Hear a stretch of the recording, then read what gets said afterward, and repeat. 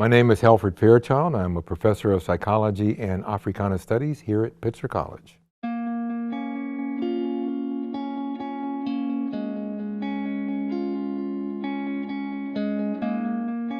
I've had a fairly challenging academic history.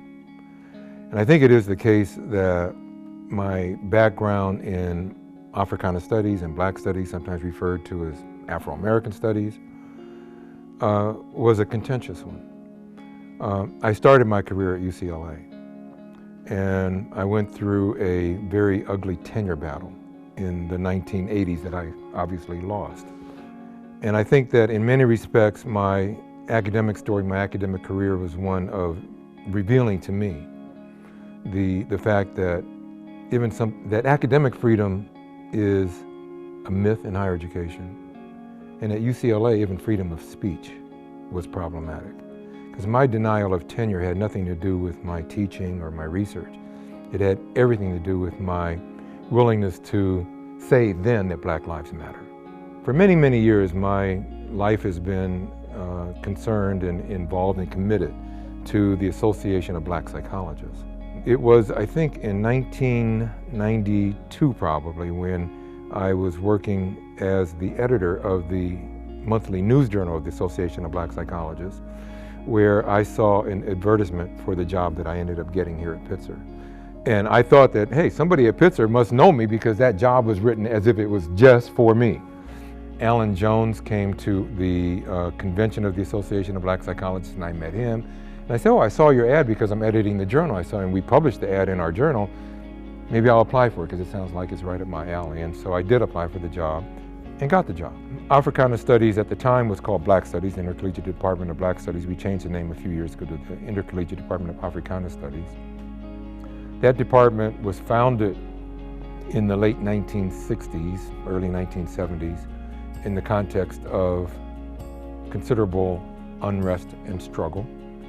That Black studies at the Claremont colleges was a product of student demands, student unrest, not only here but across the nation. And I think that Black studies and now Africana studies at the Claremont colleges has always existed in a state of tension, in a state of contention with traditional academic disciplines, always in a state of being under-resourced and feeling a need and having kind of a defensive posture.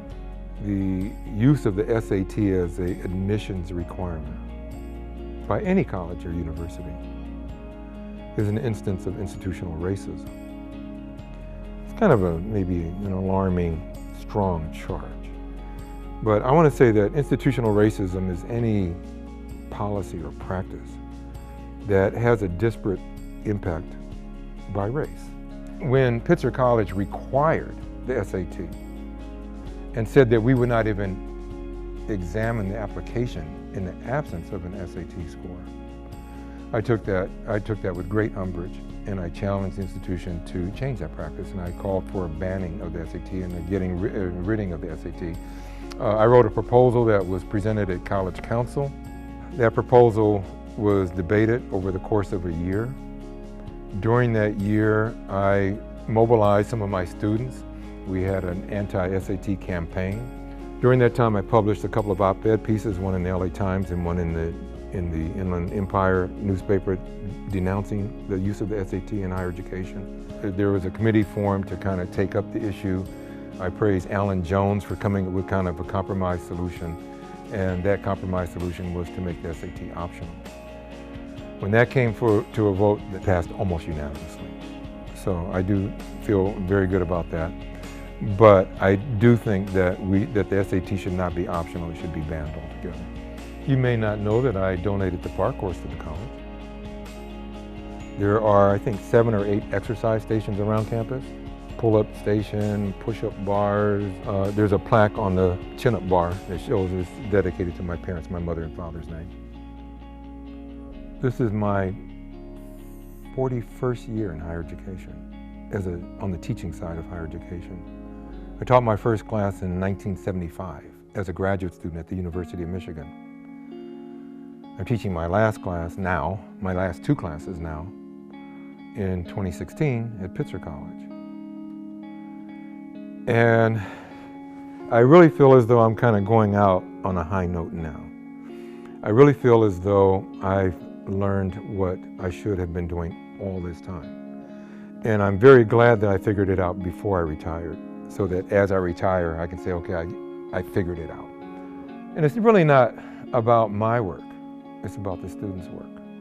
And I feel really good about that.